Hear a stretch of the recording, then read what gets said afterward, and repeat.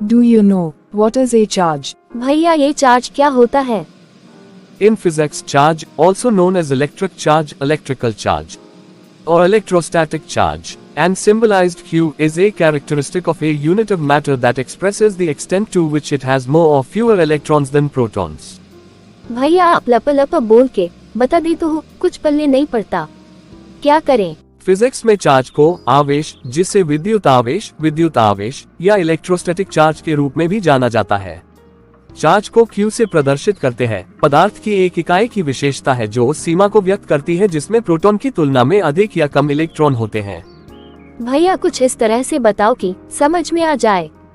ठीक है, इसे हम कुछ इस प्रकार समझ सकते हैं जैसा कि आप स्क्रीन में देख सकते हो। यदि हमारे पास दो प्रोटॉन है कुछ इस प्रकार, तो प्रोटॉन के बीच रिपल्शन फोर्स लगेगा और रिपल्शन फोर्स के कारण चार्जेस एक दूसरे से दूर भागेंगे।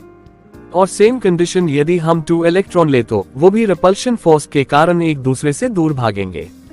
यदि हम एक प्रोटॉन ले और एक इलेक्ट्रॉन ले तो दोनों चार्जेस आपस में चिपकेंगे क्योंकि एक पॉजिटिव और एक नेगेटिव के बीच में अट्रैक्शन फोर्स लगता है।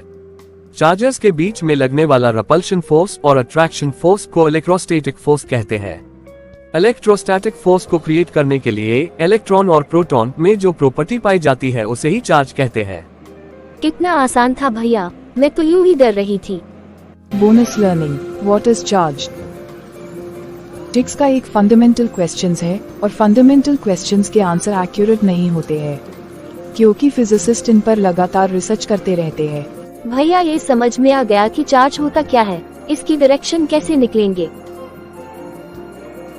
जब दो सेम चार्जेस होते हैं तो उनमें रिपल्शन फोर्स लगता है, उनकी डायरेक्शन ऑपोजिट होती है। दो ऑपोजिट चार्जेस के बीच अट्रैक्शन फोर्स लगता है, उनकी डायरेक्शन भी अट्रैक्शन की डायरेक्शन होगी।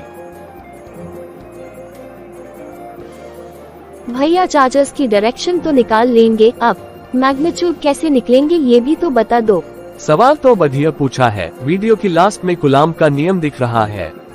हाँ भैया दिख गई वीडियो, इसी नियम से हम चार्जेस की मैग्नीट्यूड निकालते हैं। हाँ बिल्कुल, कूलॉम के नियम से चार्जेस की मैग्नीट्यूड निकालते हैं।